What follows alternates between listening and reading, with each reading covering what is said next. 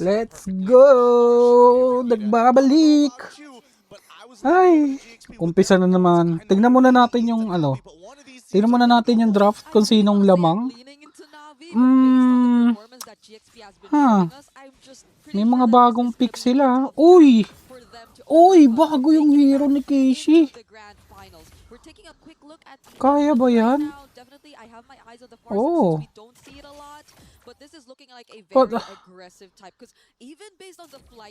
Ba't alis yun? Tinanggal, inubusan ba siya ng hero? Hindi ko nakita yung drafting. Hindi ko na pinanood eh. Pag natalo dito tong Navi, yun lang talaga hero nung Casey. Isa lang talaga hero niya. Really goes to show that Rian, from beginning to end, wants to dominate. Yep, and this is gonna be such an interesting take too in the team fights because they're all on Purifies apart from Kishi. So you know how difficult it is gonna be because of how overwhelming the crowd control GXP actually had. And that's actually the thing I wanted to talk about, right? When we're talking about ups and downs, pros and cons, Navi for Purify sounds like a great idea. Who is going to be the one who engages? And I think they've only got one real answer for those long engages. But first, as we see, level 4 about to start, I want to see whether or not Keishi, can they back her up? Because you're going to need not Aya Nami to join in on those engagements if they want to play the push and pull. Yep. Because I think even the panel mentioned kaya sigurong pumalag nung ano, nung Alice late game, Alice score na late game. Kaya lang, mahirapan naman sila sa Claude. Okay. Objective lang. Boy pa. Nako. Patay. De, napabayaan yung parsa. Kaya? Kaya pa pumalag? Palag yan, oh. Yung parsa napapabayaan. Pero okay lang. Back na. Back na. Pwede mag-back. Nice. Pwede na. Pero ang hirap ng clash nila. Especially since GXP are the ones, hey, we have to be reliant. We have to depend on our big wombo combos.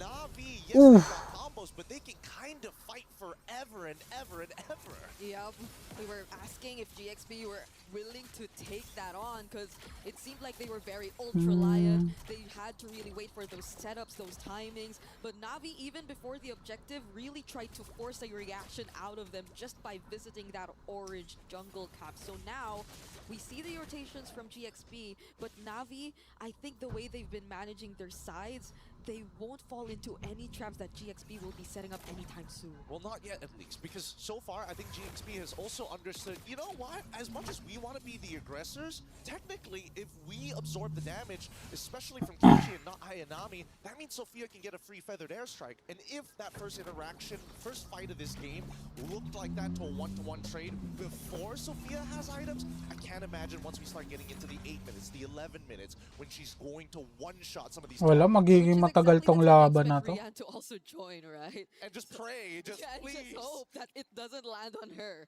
Because that's going to be, I think, the biggest problem if Navi decides to switch up their playstyle a bit and decide to play around just creating space for Rian to either find the objectives and the targets. Because really, honestly speaking, I think it's just Rian who could pull off all these structured takedowns at this point, looking at their lineup.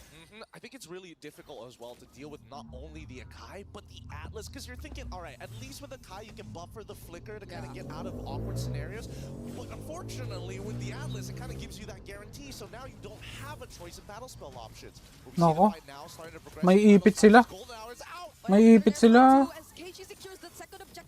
Objective lang. Oh. Oh. Okay. Nice. Medyo pangit yung combo nung ano, nung GXP. Make sure that they don't have the key components to this wombo combo all in the right spaces. That's why you're seeing, hey, trying to get the final slash Adling, but most important, the golden hour doesn't necessarily have to land. It needs to influence position as the gank onto Ling commences. Wala, hindi naman. Mahuli ba nila yan? I think wanted to go for the backlines, Oh. but that Ni-retry. so much.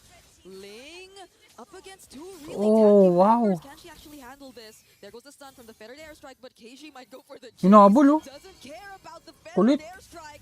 Fortunately, Umalis. dodges the throne of Umalis yung Winnie. Esme. Really unfortunate there. But hey, you know, Alice without that flicker can't make those big plays just yet. But here comes the re-engagement from Ayanami's side. So far, Sophia has been doing some phenomenal damage in the early stages of the game. But look at the mid. She's been stuck up here for a while. Somebody needs to cover that. And Ay. Emma has been struggling so far to just actually get those targets or even just be a bully overall as the Atlas, because Mirai has been phenomenal as well. I think this is what you expect when the Marcel is open, which makes it really Nakakita ko na kung ano, kung okay yung lineup nga nitong ano, nitong Navi. Okay nga yun. Tapos naka-ano sila. Oh, sakit! Nalusaw si Lumi. Naku, may back up agad. Yari. Yeah. Oh, yun lang. Nahatak. Ganda.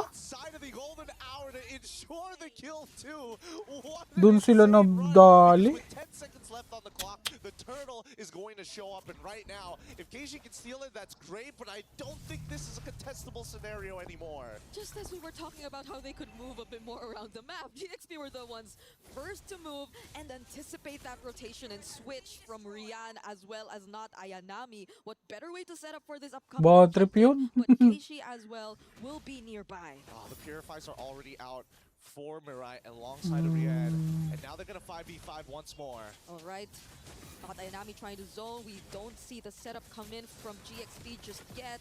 Lemma with a perfect pair, but there goes the final stop onto Mirai. He's trying to run out, but the throne of ruin. Ayun oh. From KG, Ganda. going straight for the Kaya lang walang damage. Ayanami forcing Sophia Ang and hirap. out. Oh Raven no. B, now able to Ano nangyari? Ano nangyari? What the Oh my God. Nakakabanas naman oh. Ano nangyari? Nawala. Alice, who also is What the Oh my God. user, you don't want to be the one Nag-buffer. on top of the neutral, but Busit. the only one who can actually stop the feathered airstrike. Somebody else needs to be in position, and unfortunately they don't have enough tanks to do that. So GXP making the high level decision. If I just break the ankles of Mirai, then not Ayanami will have to reveal themselves, because unfortunately Alice, very linear hero. You know exactly when she's going to engage. Yeah, there was nothing stopping GXP from just staying in the fight when they already popped that Purify from Mirai. And it's not like they had enough time to reset as well, because they had to deal with the threat of GXP just going straight for the objective. But this is a very fast rotation down bot. Not Ayanami and Keishi sense it, but I believe that'll probably create a bit more of space for Winnie, who's kind of struggled here in the bottom lane for the longest time. Yeah, but at least, you know, in terms of EXP, she's not too far off, right? They're still level 10 to level 10. I mean, obviously there is a death in the end, but on that top side, they're not slowing down. Navi's using the macro well, and even making sure they're soaking up EXP and gold in the mid lane. Oh, the damage coming in from Winnie is actually starting to Oh, hurt. ang sakit. Ang sakit. One of these members of the party, they were very unafraid. Nahirapan na sila. Show themselves like that. Yeah, Masakit yung it does parsa. seem that not Ayanami has to go for Wala a ba silang panghuli sa parsa? to recontest the position. Now, in Parang the mid meron lane, naman. at least from Rian's side. And I love the fact that they're trying to show information in different ways. Like, oh, hey, we actually want to put a lot of focus. Wait, hold on. Was that the final slash already being used? No, Ling still has it. But there is going to be a moment sooner or later where we're expecting GXP to start attacking structures. And the one that I'm looking at, mid-tier 1. That's such an important turret to get rid of. Yep. And it's such a big Ba't naman ganyan yung camera nila? Tatlo. Sophia has been untouched despite all their attempts, despite Keishi's attempts, and unknowingly GXP taking advantage of that to also cover other areas across the map. So it seems like Navi at this point Parang don't really know who your attention should really fall onto. Is it going to be umihirap na yung laban sa Sophia has kanila. been winning out huge on this early game and been Parang very nalulugi na dominant in sila. terms of her playstyle. Back siya lang ata talaga hero ng core nila eh. She's just too well protected on the course. Yeah, Yeah, I have to agree. And they don't really have too many ways to kind of break them out of it. I'm trying to think of what would the order of the fight look like in order to get an upper hand against GXP. Either they get massive value out of Keishi, but I think for now, it's up to Rain. And if Rain gets blasted every single time by the Feather Airstrike and forced to fight early, it might not necessarily be good. Oh, this Sakit. engagement! Uli. An hour left. GXP are just gonna go No. for it. The heavy spin hasn't been Ayun, taken. nice. Chrono Brew is done too. Nice. Ling falls down. The XP Ganda na. So is the roamer. It's a Yung double parsa lang for talaga Keishi. problema nila. The best possible setup before the Parsa first lang storm. talaga. That's exactly what we were looking for, and Rain able to find these really big assists, making sure those Gloom stacks are nice and high to start eating away at the members of GXP's front line.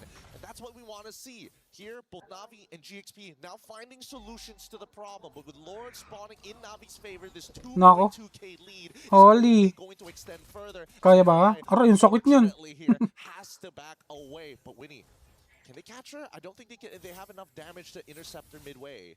Yeah. She will get back safely. They have to deal with the Lord marching up top too. But as you mentioned, GXP, they're just really holding on to this mid turret. That's so much map control that Navi could actually take for themselves if ever they let that go.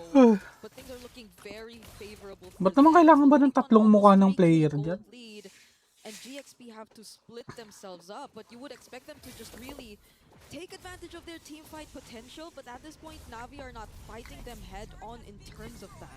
Yeah, I think this is pretty good from both sides. GXP doesn't have full information of where Navi is, so they're trying to probe and prod around to figure out where they are. And Navi purposely denying them that information, hoping that Sophia tries to use a feathered airstrike in a predictable area to clear those waves. Now GXP looking to take that space back in hopes that maybe Navi's just a little sloppy, but both sides have been very, very clean. They back away nicely, and despite the score being 4-5, a 2.9k lead is pretty good for someone like Rian. Yeah, it's a bit more time for you to expect GXP to actually be much more equipped to fight back against Navi. I think earlier on, though, we saw Winnie sort of already start to shred majority of the HP from Keishi and not Ayanami.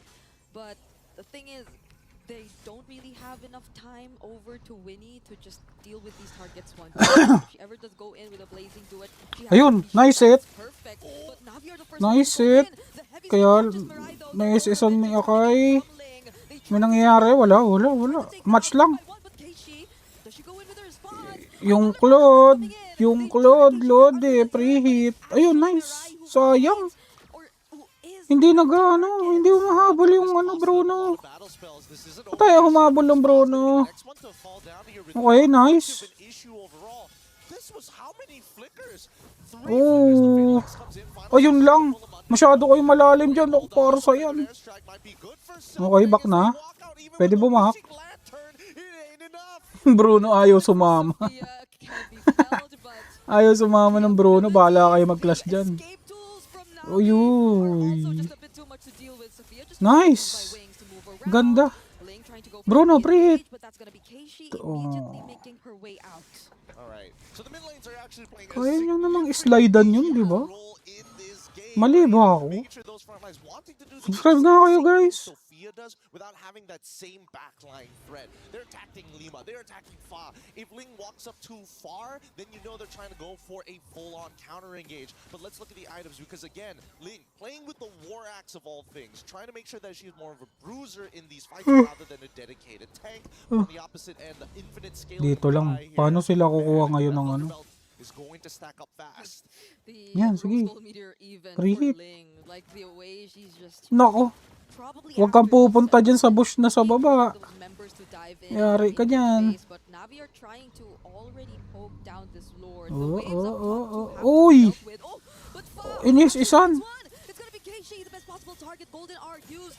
Gondo. Pero ang sakit nung damage nila. Naku po, doon natalo. Kaya? Naku ka. Nice! Pre-hit! Bruno lang talaga eh. Bakit ayaw nilang samaan? Ayaw samaan ng Bruno. Oh my. Yung Bruno. Ayan oh. Oh my. Ayan, sige. Pre-hit! Pre-hit! Sayang. Hindi ko alam ano nangyayari sa Bruno nila. Bakit ganun? They already traded equally. They didn't need to overextend even further, and this now Oh, ends up being a +1 for GXP. nakaka-slide siya eh. Lane looks like it's about to start crashing in, and if you just delay the fight Takot any mag-Bruno. longer, it would Hindi ako nang babash. or maybe an endgame scenario. Idol ko nga yung Navi. Sana manalo sila, pero yung Bruno kasi. Sophia currently with the highest amount of damage. They have to be Ano yun? The feathered airstrike is the nuclear option. Honestly, even her first Kung two maganda lang skills pwestuhan ng Bruno, already tapos massive natatangki amount naman of ng mga damage, kakampi even niya. the tankiest members Ayaw of mag-free hit. Navi. So, I guess it's a small Ewan ko lang, for ah. them that they finally actually Pero got sila that yung pro base eh. turret in mid, but GXP Ano ko are lang still naman yun, opinion ko lang confident naman enough, yun. especially with Flying Clouds, to just keep moving in Sayang and yan, out of sakit their ng base Bruno. around the map to make sure that the wave control doesn't get as bad. Speaking of wave control, we can already see that GXP, they don't want first position on this Lord. They want Navi to sit on top of it. But this allows Rain to actually start setting up those glue Yeah, sets. They're rushing nice. it fast. Fog, Yun makes the lang. attempt. Oh, can Fa actually make Tapos it? nandyan naman ngayon sa unahan yung Bruno. Kung kailan ano, tsaka ngayon nasa unahan siya. Bigla namang nauna, pero okay na rin. Kaya? Kaya ba? Wala ko po, hindi. Nako, ang hirap nung ano. Ang hirap nung Alice Jungle. Back na. Very handy here. Back na. Spell vamp. Oh my God. Is going to try their attempt to Kaya? these ways. It's again, it's a wet noodle fight. Nobody can really hurt each other. The main damage dealers are both sides are by far the most important players. Ba't ka nang pwestuhan ng Bruno? GXP doesn't care. They just really want to even out the Siguro sinabihan siya na, and working on the mag-preheat ka kasi, mag-preheat ka kasi. Tapos biglang nung nasa unahan na siya, oh. Sinisi ulit. She just walks back to the turret, but they still have Ba't naman nasa unahan ka na bigla? possibly Mga trip na yun, nauuna siya. Ang cute. Yeah, I'm pretty interested to see the items in just a little bit here, but for now, GXP just maintaining Dako. control. Full item build here, and even boots being sold by Winnie. Wants to get the extra little bit of power with the Wind Talker. Same can be said for a lot of people, but interestingly enough, we're seeing that Sophia actually opting to go for a Wishing Lantern here on top of everything else. I would have imagined that the Lightning Truncheon. Ulitin ko lang, laglaga na to, te, I ah. don't see any Athena shield, just Te. Radiant Armor's maximum or oracles for the side of Navi. All right, there still No. have waves coming in mid. But Navi too are prepared to take this on. All purifies will be available, but the feathered airstrike Oof. is already enough to zone them all out. Fortunately, their wave clear seems reliable enough because they have the Lilia, they have the Bruno, so they're able to push GXP out and they don't get any base turrets. I'm surprised that they didn't want to try and force something. Their composition with the Farsa is particularly good at sieging against their targets, right? They could have used the heavy spin to kind of push them away. Maybe, you know, have Ling stand in the corner and make it look like, oh, I could flicker and pull you guys back into the team. Just their presence alone should make Navi nervous, right? Or force reaction out of them. Yeah. So far, at least, too, I think Navi, we don't really get to see them utilize the Golden Hour differently, in a sense that it's more onto certain targets rather than them just creating space, or as you mentioned, maybe just breaking formations. And maybe at this point in the game, that might be a bit of help, because it's either they just really want to block off certain entry points or want to add to how they don't get to further chase, which I feel don't make it as targeted in terms of approach. I think the hard part about it is because before this we had like multiple outer turrets, so it's easier to kind of like funnel them into the jungle. But now that we have a little bit of a free form on the map, GXP, they want to play their traditional front to back while still having potential fighters like Ling. Navi, on the other hand, I'm not so sure because Mirai's position is very flexible overall. They don't have a dedicated anchor, and I think the closest we can get to that quote-unquote dedicated anchor is Rian, because even Rain with the black shoes, where are they going to end up? Right next to Rian. Yeah. So we're setting up for this next Yeah, objective, pwesto na. and I believe this is an evolved horde. Can't believe we're almost 20 minutes in. Hey, these girls, they don't want to lose just yet. They want to show the best possible performance in a best of 5. You have to, especially as you're already in the semi-finals. Ang hirap ng taga-dip nila, So we'll see Esme. how they deal with this. Waves definitely have to take priority first, especially in the far lane. Oh, But Keishi oh, and oh. Rian, I think, Masyado will matapang be yung MM. trying Diyos to ko. start things off a bit. They don't have Yan. pressure for Navi. Yan, preheat. Is that why Free they're hit. forcing everything now? But Fa Nice. starting to feel Ganyan lang. brunt of the damage, gets caught into Golden R. Okay ba konti? Oh my. Mirai now has to purify out, but Nice. Keishi as well. Nice. Ang ganda. Also trying to go in. Ang ganda. Pre-hit lang, Bruno. Naku po. Nice! Nice one, Bruno. Oh no. Sa wakas. Gumanda din ang pwesto. Oh no. Palag. Missed out the opportunity. They forced it a little too hard and now Ling will try her very best to just delay. Kaya ba? Oh, naku po. Naku. Oh, nice. Torre. Oh! Bakda! Bakit gano'n? Oh! Ito ginagawa nyo? Ano? Tapos na. Tapos na. Tapos na. Nice one. Muntik pa matalo. Grabe.